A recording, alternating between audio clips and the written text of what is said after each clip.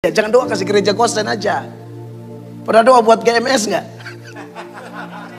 Ini saya tanya jujur nih. Pernah doa buat GSJS nggak? Nah, saudara harus bertobat. Loh, kenapa nggak boleh doa buat mereka? Pernah nggak doa buat GSJA? Nah, bertobat. Ada yang salah dong dengan doa di Gosen. Andai kata ya, semua begitu kan, yang jawab beberapa aja. Bisa aja yang lain tuh mendoakan tapi malas jawab gitu loh. Salah itu loh. Emang gereja ini apa? Perusahaan, saingan? Sorry to say, ada yang tak beres itu hati kita. Andai kata ada Pak Lukas ini saya bicara, saya untung di Israel. Serius loh, saya rasa ada yang salah di situ. Itu belum orang lain, belum yang untuk Muslim, Hindu, Buddha. Sesama gereja aja kita berat mendoakan. Lalu apa masalahnya? Apa yang melatar belakangi kita berat? Mereka kompetitor kita? Hello, percaya tidak? Orang bisa datang di gereja itu Bapak yang tarik, bukan Pak Philip atau Michael Gunawan atau Pak Lukas. Aku berkata kepadamu, kasihilah musuhmu, berbuatlah baik bagi yang membencimu, mintalah berkat bagi yang mengutuk, berdoa bagi yang mencacimu. Kalau pipi kirimu ditampar, berikan juga pipi kanan. Aku yang memilih kalian. Haleluya. Kita satu dalam doa. Terpujilah Allah pencipta langit dan bumi. Sungguh ajaib dan heran perbuatanmu. Selalu adil dan benar. Engkau tidak pernah salah dalam setiap keputusanmu, skenario terbaik yang engkau punya. Engkau yang berfirman kepada kami bahwa jalanmu dan jalan kami, rencanamu dan rencana kami, bedanya seperti langit dan bumi. Engkau selalu melakukan yang terbaik. Bahkan engkau berjanji kepada orang percaya, engkau mampu melakukan lebih dari yang kami pikirkan, lebih dari yang kami doakan, menurut kuasa yang nyata di dalam kami. Oleh karena itu sungguh hamba bersyukur ada di tengah-tengah keluarga besar Gereja Bethel Indonesia Gosen Blessing Surabaya ini. Terima kasih buat pekerjaan rohmu di dalam diri setiap jemaat yang begitu lapar dan haus, begitu rindu akan hadiratmu, rindu akan firmanmu. Saat ini ya Allah yang hebat, hambamu akan bicara atas namamu. Kasihanilah hamba, tolonglah hamba, urapilah seluruh eksistensi hidup hambamu. Setiap huruf kata kalimat yang akan hambamu seberangkan benar-benar dari Tuhan dan membawa satu dampak besar bagi setiap kami yang mendengarnya. Terpujilah Allah yang sudah mengampuni dosa-dosa kami. Maka tidak ada penghalang apapun untuk kami menerima berkat, sukacita, kemenangan, pertolongan, bahkan mujizat di dalam nama Yesus Kristus. Terpujilah Allah yang hebat. Demi nama Tuhan Yesus kami berdoa, dan semua yang rindu firman-Nya satu hati kita berkata amin. Beri tepuk tangan yang meriah bagi Tuhan Yesus. Silakan duduk Bapak Ibu jemaat terkasih. Puji Tuhan. Shalom. Satu anugerah luar biasa bisa ada di tengah-tengah Bapak Ibu terkasih untuk bisa berbagi berkat melalui firman Tuhan. Ini kali kedua saya ada di wilayah pelayanan GBI Goshen Blessing ini. Yang pertama kalau tidak salah tahun 2022 saya pernah melayani dalam 4 kali ibadah raya dan juga doa subuh. Dan hari ini puji Tuhan, atas izin Tuhan saya ada di sini lagi. Baik Bapak Ibu terkasih, kita akan membaca kitab suci saudara-saudara yang terpilih dari kitab Nehemia ya. Nehemia pasalnya yang pertama saudara-saudara, kita akan baca beberapa ayat saja ya. Nehemia pasalnya yang pertama, ayatnya yang keempat dan ayatnya yang kelima saja. Nanti ada ayat-ayat lain sepanjang pasal 1 atau pasal yang lain dari kitab Nehemia yang akan menjadi pendukung sepanjang khotbah ini. Ayat 4 dan ayat 5 Bapak Ibu jemaat perhatikan di layar dan kita baca sama-sama. 1, 2 dan 3. Ketika aku dengar berita ini, duduklah aku menangis dan berkabung selama beberapa hari. Aku berpuasa dan berdoa ke hadirat Allah semesta langit kataku, ya Tuhan Allah semesta langit, Allah yang maha besar dan dahsyat, yang berpegang pada perjanjian dan kasih setianya terhadap orang-orang yang kasih kepadanya dan tetap mengikuti perintah-perintahnya. 6, sama-sama. Berilah telingamu dan bukalah matamu dan dengarkanlah doa hambamu yang sekarang kupanjatkan kehadiratmu siang dan malam bagi orang Israel, hamba-hambamu itu, dengan mengaku segala doa yang kami orang Israel, segala dosa yang kami orang Israel telah lakukan terhadapmu. Juga aku dan kaum keluargaku telah berbuat dosa. Demikian pembacaan firman Allah bagi kita, Bapak Ibu jemaat terkasih. Yang berbahagia adalah kita yang setelah dengar dan dengan pertolongan Roh Kudus kita dimampukan untuk menjadi pelaku-pelaku firman. Alkitab berkata, iman timbul dari pendengaran. Baru dengar dengan penuh kesungguhan, iman timbul. Apalagi kalau kita melakukannya, maka pertumbuhannya akan berlipat kali ganda. Nah, Bapak Ibu jemaat yang diberkati oleh Tuhan Yesus, dari Nehemia pasal 1 yang kita bahas tadi atau kita baca, saya akan mengangkat sebuah tema, yaitu doa dan kesuksesan. Sekali lagi, tema kita adalah doa dan kesuksesan. Saudara-saudara yang diberkati oleh Tuhan Yesus Kristus, kalau kita bicara tentang doa dan kesuksesan menurut teladan doanya Nehemia yang kita baca tadi, ini akan sangat menarik. Kenapa? Karena ketika kita belajar tentang tokoh yang satu ini, dia bukan nabi, saudara-saudara. Nehemia bukan nabi, bukan imam. Kalau yang imam itu Ezra. Mereka berteman, tapi ini nih seorang pekerja di lingkungan istana raja, saudara-saudara. Kalau sekarang mungkin ASN, atau ya pegawai-pegawai kerajaan lah, saudara-saudara, PNS mungkin. Dan kemudian saudara tahu bahwa dia berproses dari seorang juru minum raja di Persia atau media Persia, tapi kemudian Tuhan upgrade dia, Tuhan promosi dia, Tuhan angkat dia jadi bupati loh. Jadi kalau ngomong kesuksesan, andai kata kita mau tinjau dari sudut lahiriah, memang proses perjalanan hidup Nehemia sepanjang 13 pasal ya saudara-saudara. Kalau Anda baca kitab Nehemia sepanjang 13 pasal itu, Bapak Ibu akan temukan bagaimana Allah bawa dia dari satu tangga ke tangga berikut. Dari satu tangga ke tangga berikut. Saya mempercayai bahwa Allah yang kita sembah, Allah Jehovah Jireh, Allah Yahweh, Adonai Elohim. Amin. Dia El Shaddai. Dia Allah yang maha kuasa. Dia tidak pernah merancangkan rancangan malapetaka. Allah mendesain saya dan Bapak Ibu terkasih supaya hidup kita bahagia. Yang setuju katakan amin. Allah mendesain kita supaya kita bahagia. Allah mendesain kita supaya kita damai. Allah mendesain kita supaya kita hidup di dalam hati dan pikirannya. Dan kalau bicara tentang hidup dalam hati dan pikiran Tuhan, saya percaya ini hidup yang luar biasa. Yesus berkata, aku datang untuk memberi hidup, dan hidup dalam apa? Kelimpahan, saudara-saudara. Maka dari itu saya mempercayai bahwa kebahagiaan adalah sesuatu yang pasti bagi orang-orang percaya. Tujuan hidup kita bukan kebahagiaan, karena kebahagiaan sudah disiapkan bagi kita. Tujuan hidup kita untuk kemuliaan Allah.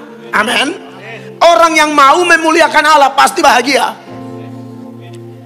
Saya luar biasa dengan GBI Goshen ibadah doa begini. Ini untuk ukuran ibadah doa ini banyak banget loh ini. Luar biasa ini jemaat. Karena kita memang mau memuliakan Tuhan. Amin saudara-saudara. Nah menarik saudara-saudara yang diberkati oleh Tuhan Yesus, melihat seorang Nehemia yang backgroundnya adalah seorang PNS ya. Seorang pegawai istana yang kemudian Tuhan promosi dia, Tuhan angkat dia menjadi bupati, kekasih Tuhan. Tetapi ingat, dia ini bukan PNS atau bupati yang apa ya, seperti yang kita tahu di pemberitaan ya. PNS, bupati, pejabat tapi korupsi, pejabat tapi selingkuh, pejabat tapi piara perempuan, pejabat tapi makan nota fiktif. Bukan.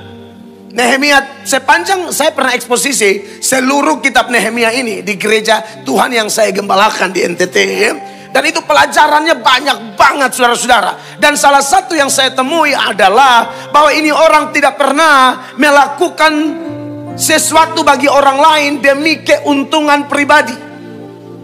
Saya baru selesai menyampaikan satu firman Tuhan di dalam pelayanan di gereja kami, dan saya menyoroti tentang ada orang-orang bahkan dalam konteks gereja aja Bapak Ibu, mereka melayani itu demi kepentingan perut. Dan orang-orang seperti ini kalau ada di mana, dia akan bikin kacau gereja. Makanya Paulus atau firman Allah mengatakan jauhi orang-orang seperti ini.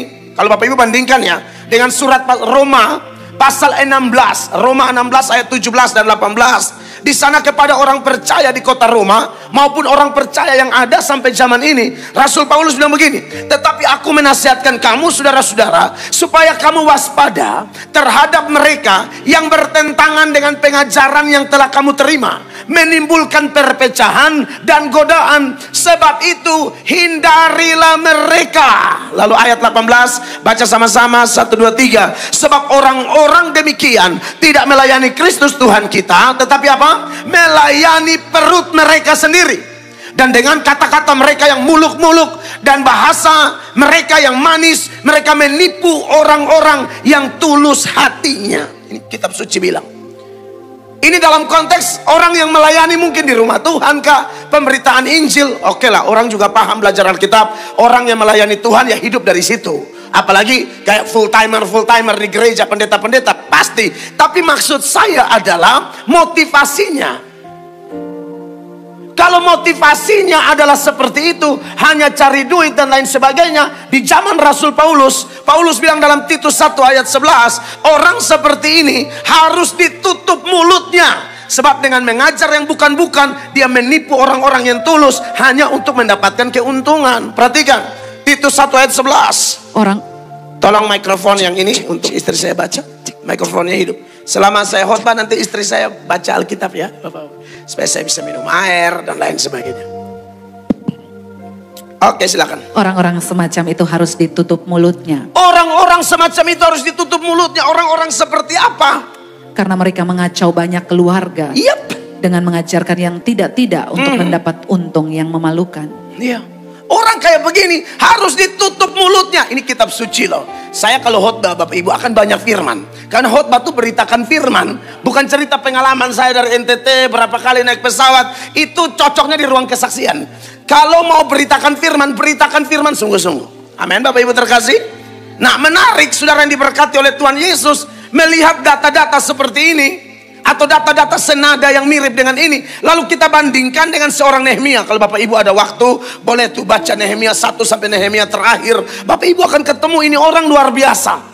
Dia bukan kelompok rohaniwan, dia bukan kelompok para nabi atau imam, dia seorang ASN yang punya hati terbeban dengan orang percaya, terbeban dengan umatnya, saudara-saudara, dengan umatnya Tuhan.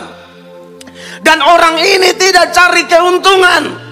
Miris memang saudara-saudara kalau melihat ada orang yang merupakan alat Tuhan dalam konteks pemerintahan begitu tulus melayani, sedangkan yang di gereja UUD, ujung-ujung duit. Ini repot. Kita butuh uang, bukan cinta uang. Karena kalau orang yang cinta uang, saudara tidak akan puas dengan uang. Pengkhotbah 5 ayat 9 mengingatkan kita, orang yang mencintai uang tidak akan puas dengan uang. Orang yang cinta uang itu seperti minum air laut, selesai minum haus lagi. Perhatikan ayat ini Bapak Ibu terkasih. Siapa mencinta uang tidak akan puas dengan uang. Dan siapa mencintai kekayaan tidak akan puas dengan penghasilannya. Tidak akan puas. Ini pun sia-sia. Ini pun sia-sia. Bahkan yang terjadi yang kita lihat itu malah petaka saudara-saudara. Makanya 1 Timotius pasal 6 ayat 9 dan 10. Ayat 9 Rasul Paulus mengingatkan bahwa kalau orang yang ingin kaya, beda ya, kaya karena diberkati Tuhan, itu beda. Ya, kaya diberkati Tuhan itu beda sama yang ingin kaya dan kemudian menghalalkan segala cara, ingin kaya dan kemudian saudara-saudara hidup bertentangan dengan firman Allah. Ini mungkin kaya sesaat, setahun, 2 tahun, 5 tahun, mungkin bisa sampai 10 sampai 15 tahun. Tapi ujung-ujungnya hancur Bapak Ibu. Hancur. Makanya lihat ayat 9. Firman Allah bilang apa? Tetapi mereka yang ingin kaya terjatuh ke dalam pencobaan, ke dalam jerat, dan ke dalam berbagai-bagai nafsu Betul. yang hampa dan mencelakakan, yang menenggelamkan manusia ke dalam runtuhan dan kebinasaan. Iya. Kaya yang diberkati Tuhan aja kalau tidak jaga hati bahaya, apalagi yang model begini. Kenapa saya ngomong begini? Raja Daud itu tidak bersinah, tidak membunuh saat dia masih jadi gembala kambing domba. Masih miskin, masih susah, masih urus binatang, masih bawa kandang, masih bau rumput. Nggak ada tuh pikiran selingkuh, nggak ada tuh pikiran rampas istri orang, nggak ada tuh pikiran mau bunuh laki orang, nggak ada. Tapi di saat sudah diberkati, sudah kaya, saudara-saudara, di situ hati mulai bercabang, pikiran mulai bercabang, mulai termakan dengan godaan-godaan dunia ini.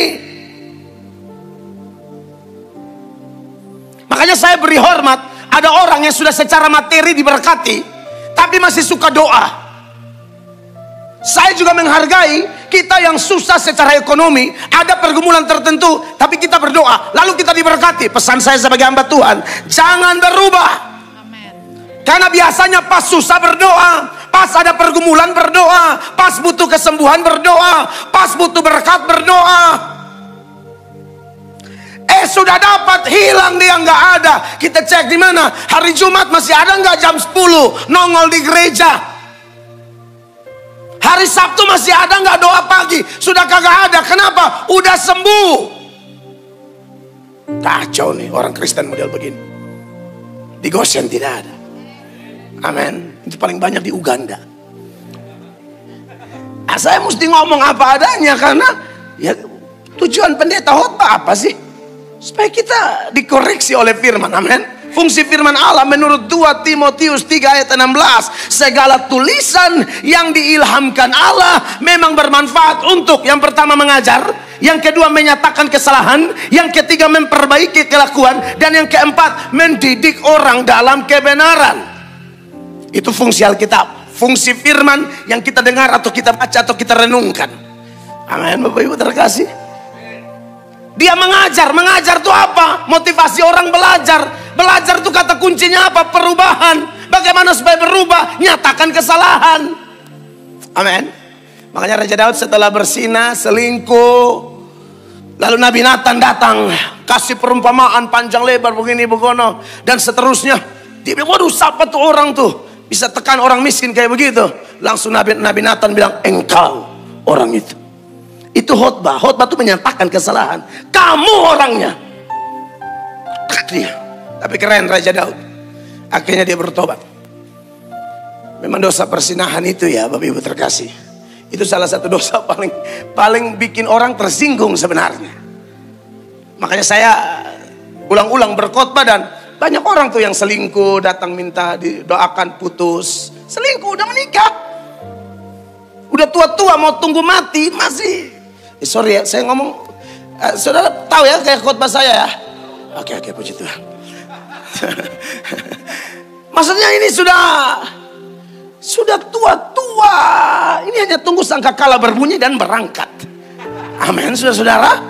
Masih gaya-gaya STNK. Tahu STNK? Sudah tua nakal kembali. Sudah tua kok, bukannya ditingkatkan jam doa, jam baca Alkitab, malah jam selingkuh ditingkatkan. Saudara-saudara, ini ada. Tapi ada yang ditegur bertobat, kayak Daud, keren, Tuhan pulihkan. Tapi ada yang ditegur kayak Herodes, bunuh Yohanes Pembaptis. Kan Yohanes Pembaptis juga tegur kasus yang sama, tidak layak kau ambil istri saudaramu. Anda lihat itu. Tapi saya harap hati kita, kalau andai kata kita ada dosa, tidak harus bersinah entah dosa apa, jadi seperti Daud, ditegur berubah. Amin. Karena dia mengajar, menyatakan kesalahan, lalu memperbaiki kelakuan kita, lalu kita dibawa masuk ke dalam kebenaran. Lalu dalam ayat 17 dari 2 Timotius 3 itu mengatakan supaya apa? Dengan demikian tiap-tiap manusia kepunyaan Allah diperlengkapi untuk setiap perbuatan baik. Nah, menarik nih saudara-saudara, saya mulai pendahuluan kita seperti itu ya, bahwa ketika kita menyoroti pembahasan kitab Nehemia pasal 1 di bawah tema doa dan kesuksesan, saya hanya mau mengantar kita kepada pengalaman-pengalaman sehari-hari yang kita lihat di sekitar kita. bahwa ada orang yang bukan rohaniwan tapi cinta Tuhan luar biasa, tidak cari keuntungan, justru diangkat Tuhan luar biasa. Amin. Daripada mereka yang mesti motivasi pakai agama, pakai ini itu hanya untuk kepentingan diri. Makanya saya ngeri juga lihat di Indonesia ini, aduh, kadang-kadang agama sudah jadi tempat orang politik ini itu segala macam. Orang lain menang, mereka stres, marah-marah, demo tidak jelas, padahal semua saksi ada di KPU, ada di TPS, ada saksi setiap caleg, setiap calon ada. Tapi itulah ya, suka aneh-aneh. Kalau kita anak Tuhan mau belajar tidak demikian. Biasanya begitu. Ada yang memang tulus karena mau perubahan, tapi karena ada ambisi pribadi yang terselubung, yang sebenarnya motivasinya bukan kayak Nehemia. Motivasi jahat, saudara-saudara. Kalau kita orang percaya, mau yakin siapapun pemimpin itu yang Tuhan pilih. Amin. Mungkin kita tidak nyoblos dia, tapi kalau Tuhan angkat dia, bilang suka-sukamu Tuhan, kehendakmu yang jadi. Kalau Tuhan yang pilih, pilihan Allah jauh lebih baik, jauh lebih unggul di atas pilihan kami. Makanya Pak Surya Paloh sudah bilang selamat. Saya ini kadang-kadang kalau sudah belajar teologi capek nonton politik, saudara-saudara. Iya, kan penat juga kan. Dan yang paling menghibur buat saya sekarang ya nonton politik. Saya bukan orang politik, tidak mau saya berpolitik. Pernah ditawarin jadi caleg, nggak mau saya. Saya dipanggil jadi pendeta, ngapain caleg? Udah cari caleg, lu punya power turun.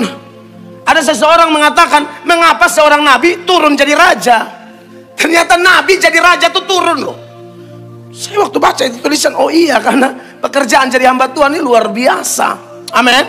Kita urus proyek vertikal, sorga bumi neraka, bukan urus proyek horizontal, jalan dari Surabaya ke Malang, bukan. Kita sampaikan mau ke sorga ini jalannya, mau ke neraka ya begini, tinggal pilih. Ada dua jalan, lebar dan sempit. Kami diutus seperti Tuhan utus Yohanes Pembaptis menyambut Yesus. Ratakan jalan, persiapkan jalan. Amin, kekasih Allah. Makanya kalau kami diberi kesempatan khotbah, ya kami harus khotbah sungguh-sungguh. Nah, Bapak Ibu terkasih, intinya bahwa Tuhan berdaulat memakai siapa saja. Mau rohaniwan, mau pemerintah, mau siapa saja. Allah bisa pakai peternak seperti Amos. Allah bisa pakai dokter seperti Lukas. Allah bisa pakai seorang panglima seperti Yosua. Allah bisa pakai nelayan seperti Petrus, Andreas, Yakobus dan Yohanes. Allah bisa pakai pegawai kantor pajak lalu Allah kuduskan Matius, pemungut cukai. Suka-suka Tuhan. Hanya mau kasih ingat kita, semua profesi bisa dipakai untuk memuliakan Tuhan. Karena Alkitab berkata dalam Kolose 3 ayatnya yang ke-23, apapun yang kita perbuat, perbuatlah itu seperti untuk Tuhan dan bukan untuk manusia. Perhatikan ayatnya. Apapun juga yang kamu perbuat, perbuatlah dengan segenap hatimu seperti untuk Tuhan dan bukan untuk manusia. Iya. Berbuat seperti untuk Tuhan dan bukan untuk manusia. Amin, kekasih Allah. Nah, hari ini kita mau belajar bukan dari nabi, seorang pejabat, ya, yang diproses dari rendah sampai tinggi. Saudara-saudara, salah satu hal yang menarik dari Nehemia adalah kehidupan doanya. Ya, bagaimana kita belajar seputaran doa Nehemia? Ini orang kalau dengar pergumulan orang lain, langsung hatinya tuh penuh kasih gitu loh. Jadi seputaran doa Nehemia, doa yang membawa kesuksesan adalah bahwa doanya itu benar-benar didasari dengan kasih yang tulus. Doa didasari dengan kasih yang tulus. Ayat yang ketiga dari Nehemia pasal 1 dikatakan, kata mereka kepadaku, orang-orang yang masih tinggal di daerah sana, yang terhindar dari penawanan, ada dalam kesukaran besar dan dalam keadaan tercela. Tembok Yerusalem telah terbongkar dan pintu-pintu gerbangnya telah terbakar. Lalu ayat 4 dikatakan apa? Perhatikan. Ketika didengar berita ini, duduklah ia menangis dan berkabung selama beberapa hari. Aku berpuasa dan berdoa kepada kehadirat Allah semesta langit. Ada orang kalau dengar beban orang mungkin hanya kaget-kaget. Waduh, kok bisa? Loh, astaga, ya ampun.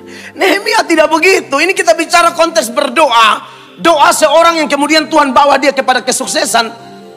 Dia itu doa dengan kasih. Dan kalau doa dengan kasih menurut teladan Nehemia, itu pertama-tama doa bukan untuk kepentingan diri, tapi kepentingan orang lain. Ketika ku dengar satu bencana, masalah, kesukaran yang dihadapi oleh orang Yahudi di Yerusalem, dia bukannya kaget-kaget biasa, tapi dia menangis, dia berdoa, dia berpuasa. Ekspresi menangis, manifestasi yang ditunjukkan dengan puasa, ini menuturkan bahwa ini orang punya hati luar biasa. Bukan masalahnya dia loh. Banyak kali orang menangis karena masalah pribadi. Orang menangis karena dicuekin. Orang menangis karena dicurangin. Orang menangis karena dipecat. Orang menangis karena doa-doanya tidak dikabulkan Allah misalnya. Nangis dia. Bukan tidak boleh, tapi itu konteksnya nangis untuk diri sendiri. Nehemia tidak nangis untuk diri sendiri. Dia nangis untuk orang lain. Dia nangis untuk bangsanya. Gereja Tuhan, GBI Goshen, kalau saudara mau nangis, nangis juga dong untuk bangsamu. Nangis juga dong untuk Jawa Timur. Nangis juga dong untuk Surabaya. Nangis juga dong untuk jiwa-jiwa yang tersesat, yang sedang ditipu oleh setan. Berapa banyak Anda berteriak menangis untuk mereka? Ingat doa Bapa kami ya. Doa Bapa kami itu Yesus ajar, Bapa kami yang di sorga. Bapa kami, bukan bapamu, bapakku, atau bapak dia. Amin. Kenapa kami? Karena dia, saudara-saudara, Allah semua orang. Kita bisa masuk kamar doa atau masuk gereja, kunci pintu gereja, tapi kita tidak bisa kunci Bapa untuk diri kita sendiri. Amin. Saudara paham sampai di sini? Kita tidak bisa kunci Bapa, kunci Yesus, kunci Roh Kudus hanya untuk diriku.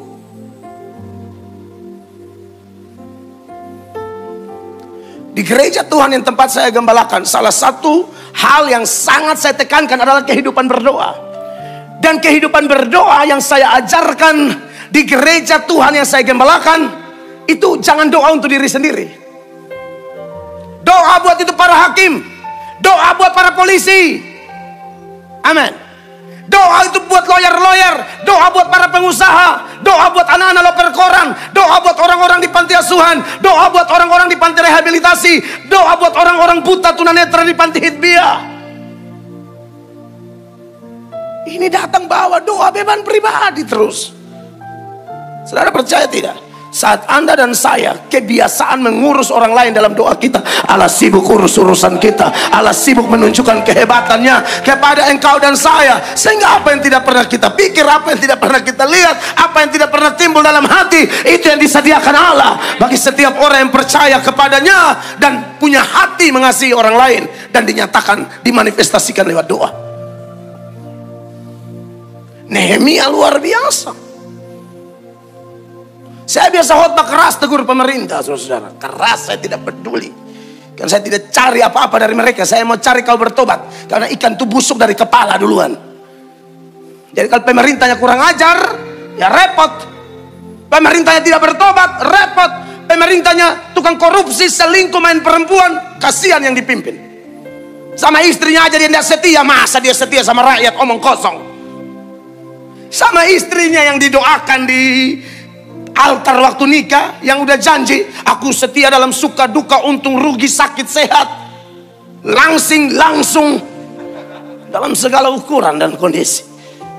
Itu aja dia hianatin, itu aja dia tipu. Lu ngomong cinta rakyat dari mananya? Omong kosong. Mau oke perkara besar, mulai dari perkara kecil. Apalagi rumah tangga loh Bapak Ibu. Tuhan tidak menggambarkan hubungan dia dengan umatnya itu seperti kakak adik, tidak. Suami istri. Itu replika Kristus dan gereja. Makanya itu saya sering tegur. Tapi maksud saya gini, saya bukan hanya negur. Saya sama istri berlutut setiap hari 1 jam wajib. Dan di dalamnya kami mulai hantam dari semua bangsa-bangsa. PBB semua, mana ada orang bule kenal kami. Tapi urusan amat, Tuhan suruh doa buat semua orang. Amin. Ya, itu yang dikehendaki Allah. Baca dulu 1 Timotius 2 mulai ayat 1 supaya kita tahu bahwa ini dasar kitab sucinya jelas. Yang Nehemia lakukan dan yang harus kita lakukan meniru Nehemia, itu ada dasar kebenarannya. Perhatikan. Pertama-tama aku menasihatkan, naikkanlah permohonan, doa syafaat dan ucapan syukur untuk semua orang. Tidak dikatakan pertama-tama aku nasihatkan doamu buat dirimu sendiri, tidak. Semua orang itu pertama-tama. Kemudian untuk raja-raja, itu pejabat-pejabat, dan untuk semua pembesar, agar kita dapat hidup tenang dan tentram dalam segala kesalehan dan 3 sama-sama 1, 2, 3. Itulah yang apa? Baik dan yang berkenan kepada Allah Juru Selamat kita. Jemaat GBI Gosen, bawa juga beban orang lain ketika Anda berdoa. Egois banget doa, diriku terus. Kalaupun orang lain yang ada hubungan denganku, encimku, kokoku, ceceku, loh kok balik-baliknya ku? Bukan tidak boleh, itu belakangan deh. Saudara tahu beban terakhir dalam doa kami 1 jam tiap hari, anak kami terakhir 2 menit sudah mau habis jam doa atau 5 menit baru anak-anak kami. Padahal anak saya nomor 3 tuh lagi punya special need, kebutuhan khusus, autism. Tetap dia terakhir. Karena aku percaya Tuhanku, Dia tahu. Dan saya terus belajar saudara-saudara, supaya hati ini penuh kasih. Amin. Sebesar apa kasih saudara? Kasih identik dengan apa? Pengorbanan. Korban waktu, korban berlutut, puasa untuk orang. Keren banget. Itu keren banget. Yang kedua, karena khotbah cuma 45 menit. Nanti ada yang angkat-angkat waktu, tidak? Saudara angkat, saya turunkan ya. Haleluya. Ada doa nih bagus banget, tapi harus dituntun dengan ajaran yang kuat. Sehingga kita jangan buang-buang waktu berdoa, tidak ada hasil. Kan doa kita doa dan kesuksesan kan. Nehemia sibuk urus orang, Tuhan sibuk promosi dia jadi bupati loh. Padahal dia benar-benar tidak cari keuntungan. Anda lihat di sana. Banyak kali kita muter-muter dengan doa sudah 7 tahun, 8 tahun, 9 tahun. Coba cek, lebih urus siapa dalam doa kita? Coba cek. Kan saya nggak tahu, saya baru datang setelah 2022. Poin kedua, baca ayatnya yang ke-5 itu ya. Ini masih bagian dari doa Nehemia. Kataku, ya Tuhan Allah semesta langit, Allah yang maha besar dan dahsyat. Nehemia 1 ayat 5 ya. Yang berpegang pada perjanjian dan kasih setianya terhadap orang yang kasih kepadanya dan tetap mengikuti perintah-perintahnya. Nehemia ini menarik poin kedua. Sebesar apapun beban yang dia dengar, yang dia lihat, yang dia rasa, tapi yang dia yakini itu beda. Apa yang dia lihat, perhatikan ya. Semua yang bisa dijangkau dengan indranya, panca indranya. Kayak kita lah, apa yang bisa dijangkau dengan panca indera kita? Ya yang kita dengar, yang kita lihat, yang kita baca. Orang nyindir aku di medsos misalnya. Itu yang saudara lihat. Tapi dia berdoa ini dengan keyakinan saudara-saudara. Dia bukan hanya berdoa dengan kasih, dengan keyakinan yang kokoh kepada Allahnya. Dengan iman yang besar kepada Allahnya. Dia tidak dipengaruhi dengan apa yang bisa dijangkau oleh panca inderanya. Tapi dia melihat dengan iman, masalahku memang besar, yang aku lihat itu masalahnya rumit, yang aku dengar sampai bikin aku menangis. Tetapi pada saat dia berdoa, saudara-saudara, dia bilang apa di ayat 5? Tayangkan dulu, saya mau tekankan di situ. Nehemia 1 ayat 5. Ya Tuhan Allah semesta langit. Ini manifestasi iman seorang yang punya keyakinan kokoh akan Allahnya. Ya Tuhan Allah semesta langit, Allah yang maha besar dan dahsyat. Saudara, masalah besar, tapi imannya mengatakan Allahku lebih besar. Masalah yang aku lihat, aku dengar ngeri, tapi Tuhanku lebih hebat. Itu doa yang keren. Banyak orang salah berdoa di awal doanya, kata-katanya tidak bagus, kata-katanya melemahkan diri sendiri. Kenapa? Karena dia membesar-besarkan masalah, bukan membesar-besarkan Allah. Beda sama orang membesar-besarkan Allah. Tangisan Nehemia dan puasa Nehemia, saya bicara tentang kasihnya. Tetapi ketika dia mulai berkata dalam doa, isi doanya itu apa? Ya Tuhan Allah semesta langit, Allah yang maha besar dan dahsyat. Laut Kulsum dibelah oleh Allah ini. Tembok Yeriko dihancurkan oleh Allah ini. Mana surgawi diturunkan oleh Allah ini. Amin. Langit dan bumi ini tidak ada menjadi ada. Diadakan oleh siapa? Allah ini. Apalagi cuma masalah rumah tangga kita, masalah bangsa kita, masalah gereja kita, tidak sebesar Laut Kulsum. Amin. Doa itu harus yakin Allahku besar. Doa dengan memperkatakan Tuhan. Makanya kenapa dalam doa itu perlu ada penyembahan kayak tadi. Keren itu. Itu ajaran Alkitabiah. Makanya kami kenapa ada namanya pujian doa. Ya, dalam doa ada pujian. Ya persis kayak gini. Kita orang karismatik paham itulah. Dan itu secara Alkitabiah memang amin. Ada namanya pujian doa. Ya. Makanya kalau kita baca dari Efesus ya. Efesus pasal 3 sebagai contoh aja saya bandingkan. Tentang doa sini mulai dari ayat 3 bukan? Efesus pasal 3. Dari ayat berapa topik berdoa? Ada judul bahasa Indonesianya doa. Coba dari ayat 14 baca ayat 14. Mak baca. Saya mau apa di sini? Efesus 3 ayat 14. Itulah sebabnya aku sujud kepada Bapa yang daripadanya semua turunan yang di dalam sorga dan di atas bumi menerima namanya. Dia sujud kan, dia berdoa terus. Aku berdoa supaya Ia menurut kekayaan kemuliaannya menguatkan dan meneguhkan kamu oleh rohnya di dalam batinmu. Ya, ini mirip kayak doa Nehemia, ini doa Paulus loh. Aku berdoa supaya dia yang kaya dan seterusnya. Ya menurut kekayaan kemuliaannya. Terus lagi ayat yang berikut. Sehingga oleh imanmu Kristus diam di dalam hatimu dan kamu berakar serta berdasar di dalam kasih. 18. Aku berdoa supaya kamu bersama-sama dengan segala orang kudus Amen. dapat memahami betapa lebarnya dan panjangnya dan tingginya dan dalamnya kasih Kristus. Ini juga lagi-lagi doa buat orang lain. Kamu dan semua orang kudus. Itu kayak kita semua gereja. Jangan doa kasih gereja Gosen aja. Pernah doa buat GMS gak? Ini saya tanya jujur nih. Pernah doa buat GSJS gak? Nah saudara harus bertobat. Loh kenapa gak boleh doa buat mereka? Pernah gak doa buat GSJA? Nah bertobat. Ada yang salah dong dengan doa di Gosen. Andai kata ya, semua begitu kan, yang jawab beberapa aja. Bisa aja yang lain tuh mendoakan tapi malas jawab gitu loh. Salah itu loh. Emang gereja ini apa? Perusahaan, saingan. Sorry to say, ada yang tak beres itu hati kita.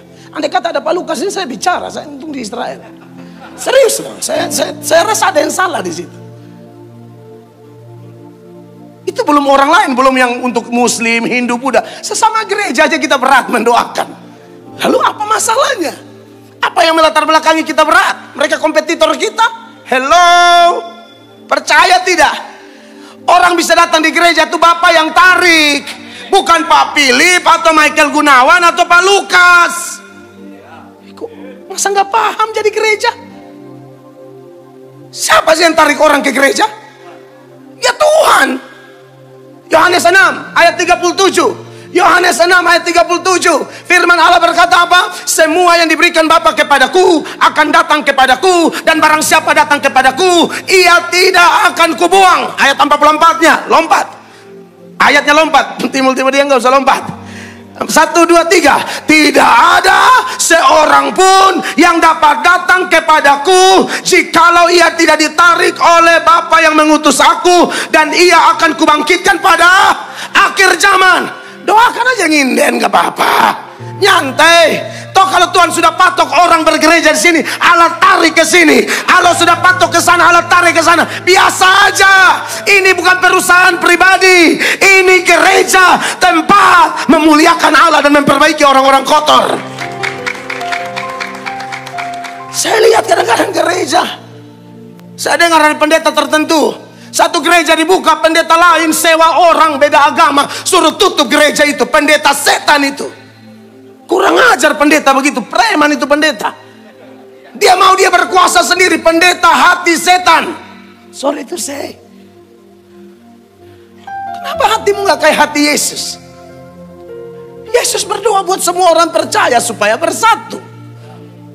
Pernah baca tidak Yohanes 17, 20, 21? Itu doa Yesus buat rasul-rasul dan gereja. Tujuannya apa doa Yesus doa buat kita semua? Doa Yesus yang 2000 tahun lalu, dampaknya sampai sekarang. Jadi kita yang mau bersatu, sebenarnya kita menjadi jawaban doa Yesus. Perhatikan ayat ini. Dan bukan untuk mereka ini saja aku berdoa. Yes. Tetapi juga untuk orang-orang yang percaya kepadaku oleh pemberitaan mereka. Betul. Supaya mereka semua menjadi satu. Yes. Sama seperti engkau ya Bapa di dalam aku. Dan aku di dalam engkau. Agar mereka juga di dalam kita. Supaya dunia percaya bahwa engkaulah yang telah mengutus aku. Supaya dunia tuh tahu. Dunia tahu, oh memang gereja tuh ada Yesus di dalam. Ini bukan Yesus berdoa supaya semua jadi satu sinode. Bukan. Sinode boleh beda, gereja lokal boleh beda, tapi kita satu dalam kasih, satu dalam pengajaran, satu dalam kekudusan, satu dalam pemahaman yang alkitabiah, doktrin yang benar, satu. Jadi saya lihat ngeri loh, kadang-kadang ada gereja tertentu. Makanya saya andai kata, pokoknya mereka jangan salah undang aja. Sampai-sampai saya akan oke gas di situ. Di mall, ini ada 2 gereja, sudah tahu ini jemaat gereja mau ke situ, asernya tarik. Wih, kurang ajar ini loh. Ini memang harus. Kenapa kau sampai cara-cara begitu? Di sini aja lebih keren, ada artis. Buset dah. Gereja sampai segitu-gitunya. Ini berarti yang pimpin gerejanya hatinya harus dipulihkan. Tarik-tarik orang begitu. Kamu di mana? Di Gosen. Kurang asik. Di tempat kita lompat gak turun-turun. Saudaraku. Bergereja kok model begitu. Orang yang melihat kemahakuasaan Allah, kalau urusan gereja, dia tahu Allah yang berkuasa membangun gerejanya, Allah berkuasa mengisi gerejanya. Urusan kita khotbah sungguh-sungguh, doa sungguh-sungguh, jadi teladan sungguh-sungguh. Soal tarik menarik jiwa bukan kita, Tuhan Allah. Beri tepuk tangan yang meriah bagi Tuhan. Amin, Bapak Ibu terkasih. Berikut, belum selesai ini. Kan tadi bapak-bapak di depan bilang mainkan, maka saya mainkan ya. Gaspol ya. Belum. Ya. Panitia bilang ini apa? Saya lihat memang udah ada makanan di luar, tapi manusia tidak hidup hanya dari ya. Manusia hidup tuh dari firman. Khotbah masih jalan, otak sudah dikuap panas. Kacau nih. Tapi orang Gosen gak ada. Amin. Lebih banyak orang Ethiopia ya. Kita maju nih, ayat 6, keren. Perhatikan. 1:6. Berilah telingamu dan bukalah matamu dan dengarkanlah doa hambamu yang sekarang kupanjatkan ke hadiratmu siang dan malam bagi orang Israel. Sampai di situ. Berilah telingamu dan bukalah matamu dan dengarlah doa hambamu yang sekarang kupanjatkan ke hadiratmu. Apa? Siang dan malam. Teladan doa Nehemia, dia doa itu tidak jemu-jemu. Ada orang jemu berdoa, tapi buat jemaat GBI Goshen yang selalu mengikuti jam doa, bahkan ada doa pribadi di rumah dengan tidak jemu-jemu. Oh, keren banget. Martin Luther bilang doa itu napas kehidupan. Kapan seseorang menjadi jenazah? Saat tidak bernapas. Mayat, jenazah, almarhum, almarhumah, aluminium. Kapan seseorang secara rohani tidak ada napas rohaninya? Saat doanya mandek. Saya tidak bilang tidak berdoa, doa tapi mandek aja, napasmu tersendat-sendat. Yang tidak berdoa udah pasti lebih parah lagi. Yang doa tapi jemu, mut-mutan, sebentar pengen banget, sebentar malas banget. Di gedung gereja sebagus ini, fasilitas Tuhan siap sebagus ini, kalau masih ada jemaat malas, ke dalam tangannya aku serahkan nyawanya. Bisa malas, sudah Tuhan siap semua. Amin. Gereja lain sewa mall, sewa sana, bayar sana, bayar. Ini permanen, parkirannya bagus. Saya ngomong karena parkiran di gereja saya belum ada. Makanya saya tiap kali ke Goshen, istri saya bilang kayak di Goshen tuh Pak, katanya. Serius, karena saya punya gereja di pinggir jalan, lagi berdoa lahan parkir. Nantilah Tuhan punya urusan. Kan gerejanya Tuhan, kita cuma babu Kristus saja. Saudara-saudara, doa jangan jemu-jemu. Amin. Harusnya main TikTok, harus jemu. Ya, yang ada orang bisa geser TikTok 6 jam. Saking cinta TikTok, pas lagi doa, lagi firman, main TikTok juga. Kalau ada jemaat begitu, bertobat jemaat, kau tidak akan didengar oleh Tuhan. Masa ibadah kau main TikTok? Masa ibadah kau buka-buka handphone nonton YouTube? Ini jemaat kurang ajar. Kurang ajar, saudara-saudara. Siapapun saudara. Karena saking suka main TikTok, bosan dengar firman, bosan berdoa. Padahal yang benar tuh jangan bosan berdoa. Yang bosan tuh apa? TikTokan segala macam yang tidak jelas. Masa ibadah begini saudara, buka cara masak tempe? Orang gila begini. Sekarang nih, cara bagaimana imanmu bertumbuh.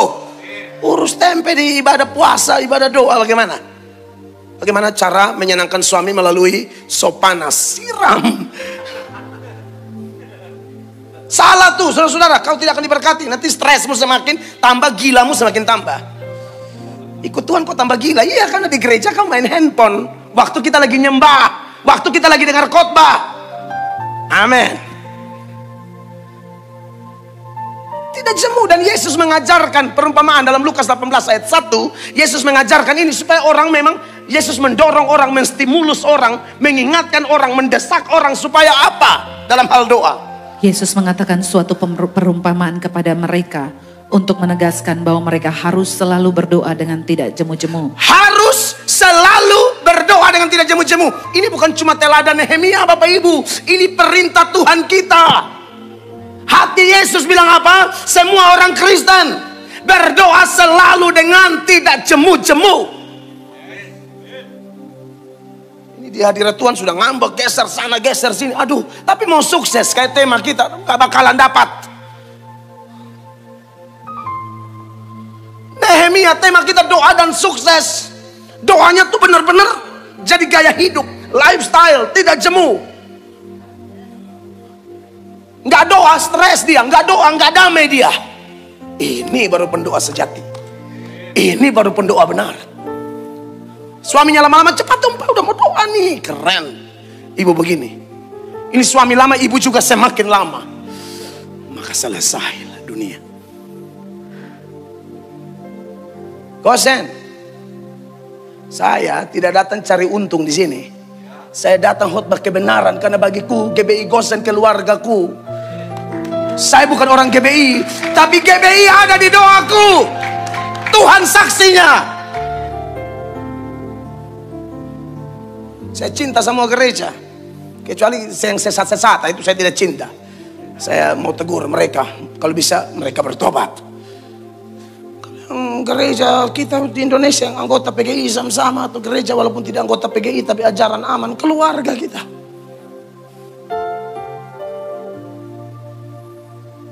Doa dengan tidak jemu-jemu ya. Jadi yang gerakan-gerakan mau tidur, bangkit. Tidak boleh tidur, ini terlalu nyaman tidur. Kayak berapa tahun lalu kan saya marah di ibadah 3 tuh. Ada yang tidur di situ sampai keluar barisan. Saya luruskan barisan. Datang gereja tidur. Amin. Tapi puji Tuhan ya, Pak Lukas masih mau undang. Saya pikir wah itu tidak. Sebelumnya sudah undang-undang, tapi jadwal saya memang padat sekali di dalam maupun luar negeri. Dan akhirnya baru saya bisa sekarang. Saya lihat ada 2 teman saya khotbah di sini, Pendeta Yandi, Pendeta Estra, satu kampung. Ya, baik, saudara-saudara, lanjut masih ayat 6. Ada tambah poinnya nih. Ya, masih ada di sini belum selesai. Perhatikan. Silakan. Hamba-hambamu ini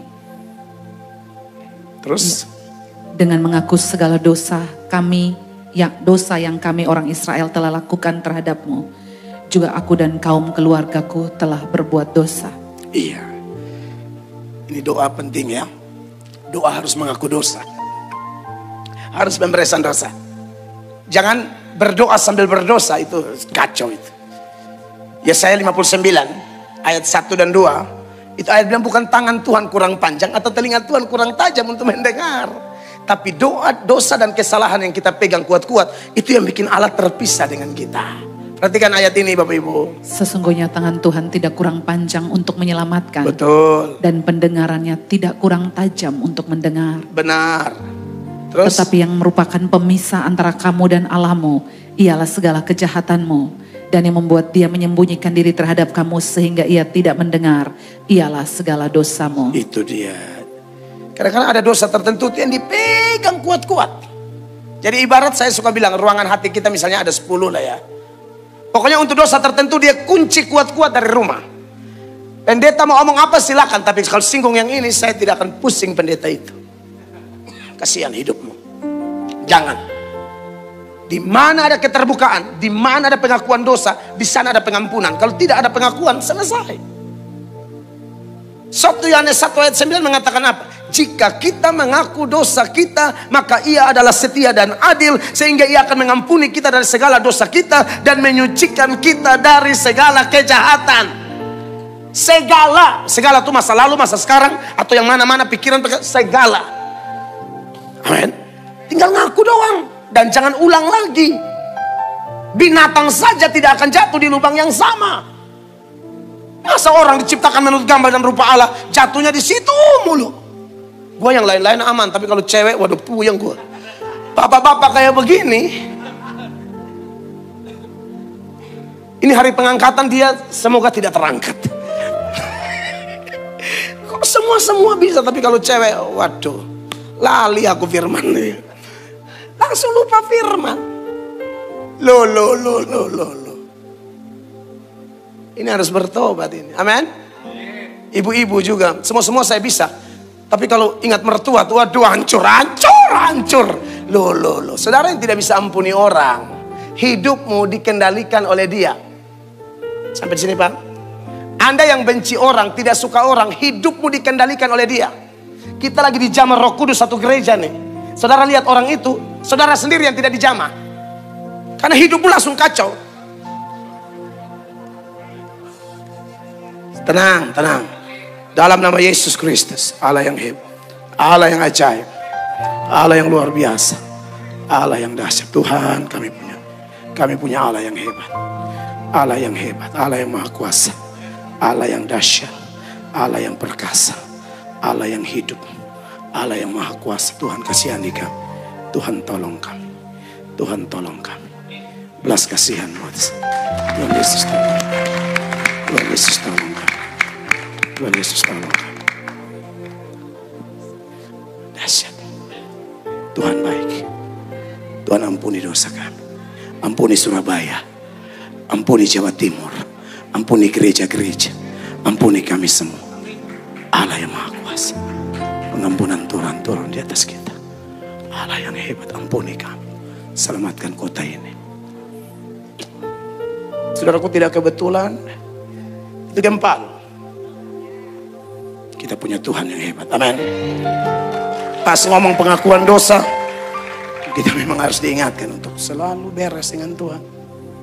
Amin. Bapak Ibu terkasih, Tuhan pasti tolong kita. Tuhan mau terima setiap orang kotor, orang berdosa yang datang kepada Tuhan. Goyangannya keras tadi. Saya pusing loh. Ya. Haleluya Tuhan. Tuhan baik luar biasa.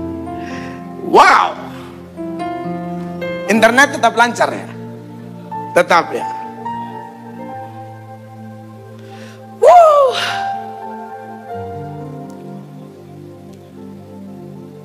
Yang terakhir. Udah gempa pakai tambah poin lagi.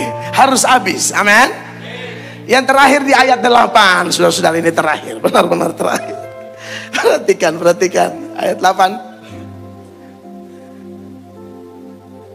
Ingatlah akan firman yang kupesan kepada Musa, hambamu Ulang, itu. ingatlah firman yang kau. Ingatlah akan firman yang kau pesankan kepada Musa, Amen. hambamu itu. Yakni bila kamu berubah setia, kamu akan kucerai-beraikan di antara bangsa-bangsa. Doa Nehemia yang berikut adalah, dia doa sambil mengingatkan Tuhan akan firman-firmannya. Bukan Tuhan pelupa. Jangan salah, Tuhan tidak mungkin lupa. Kita semua Tuhan kenal dari sebelum lahir sampai mati Tuhan tahu semua. Tapi kenapa Nehemia bilang, ingatlah akan firman yang kau pesan kepada Musa dan seterusnya. Berarti dalam doa itu boleh klaim firman Allah, Bapak Ibu. Misalnya nih ada masalah-masalah, Tuhan hamba percaya, misalnya sudah doa sesuai yang tadi ya, urutan-urutan tadi ya, sudah dengan kasih, dengan keyakinan, ya kan, tidak jemu-jemu, lalu doanya apa, dengan pengakuan dosa, boleh klaim firman. Tuhan hamba percaya bahwa pencobaan-pencobaan yang hamba alami adalah pencobaan-pencobaan biasa yang tidak akan melebihi kekuatan manusia. Hamba percaya Engkau setia, Engkau akan memberikan jalan keluar sehingga kami sanggup menanggungnya. 1 Korintus 10 ayat 13. Gak usah ngomong angkanya di hadapan Tuhan, katanya, intinya. Gak usah Tuhan 1 Korintus, bukan itu. Ayatnya saudara hafal. Tuhan hamba percaya Engkau turut bekerja dalam segala perkara untuk mendatangkan kebaikan bagi setiap kami yang mengasihi-Mu, yaitu kami yang terpanggil sesuai rencana-Mu. Roma 8 ayat 28. Tahu saya tutup pakai itu. Kalau hafal ya syukur. Boleh kok ngomong itu di hadapan Allah. Tapi intinya saudara percaya kata kalimat itu. Tuhan hamba percaya firman-Mu bagi orang yang mencari dahulu kerajaan Allah dan kebenarannya, maka semuanya akan ditambahkan. Amin. Boleh. Yang masalahnya makanya kenapa tadi ada kaitan, khotbah harus konsentrasi supaya bisa klaim firman. Kalau nggak konsentrasi, nggak ada jam baca Alkitab, mau klaim apa? Tuhan pokoknya ada di Alkitab. Di mana? Di mana kau ada? Dosa orang lu hafal, dosa tetangga lu hafal, ayat kau nggak hafal. Nggak bisa doa dipisahkan dari firman. Doa yang benar ada di firman. Amin. Firman yang benar membuat doa kita benar. Selamat belajar firman, terus lapar dan haus akan firman, sehingga kita dituntun oleh roh dan firman-Nya. Doa kita akan sukses dan berhasil. Sukses menurut siapa? Menurut Tuhan. Ada tambahan sedikit, itu kan doa.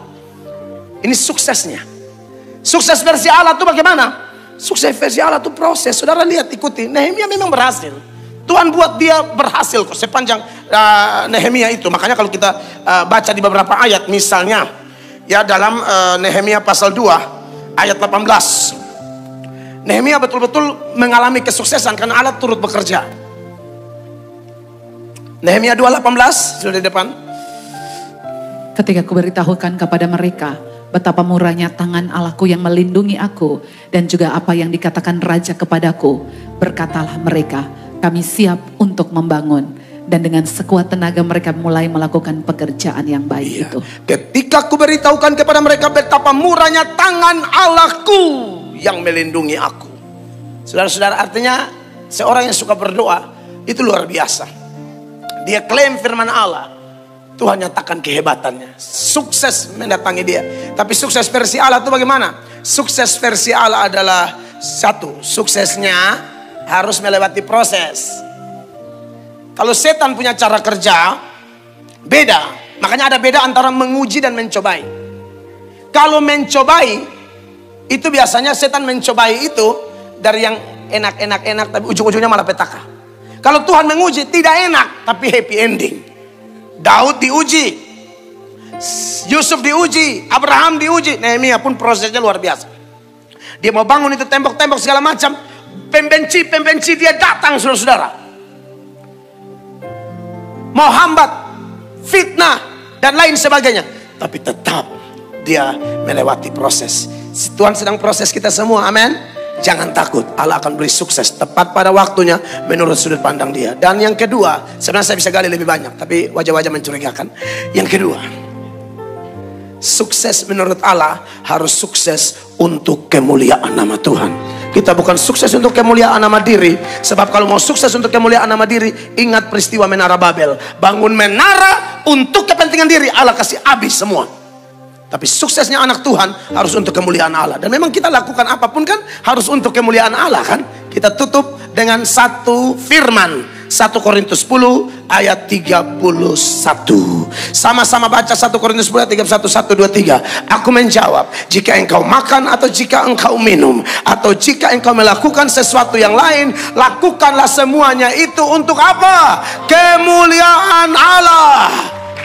Selamat berdoa, selamat menghormati Tuhan, selamat meraih proses dan sukses untuk kemuliaan Allah. Beri tepuk tangan yang meriah. Saya selesai, Tuhan memberkati. Besok jam 5 pagi saya masih khotbah di sini. God bless you all. Mari kita berdiri bersama-sama. Aku berkata kepadamu, kasihilah musuhmu, berbuatlah baik bagi yang membencimu, mintalah berkat bagi yang mengutuk, berdoa bagi yang mencacimu. Kalau pipi kirimu ditampar, berikan juga pipi kanan. Aku yang memilih kalian.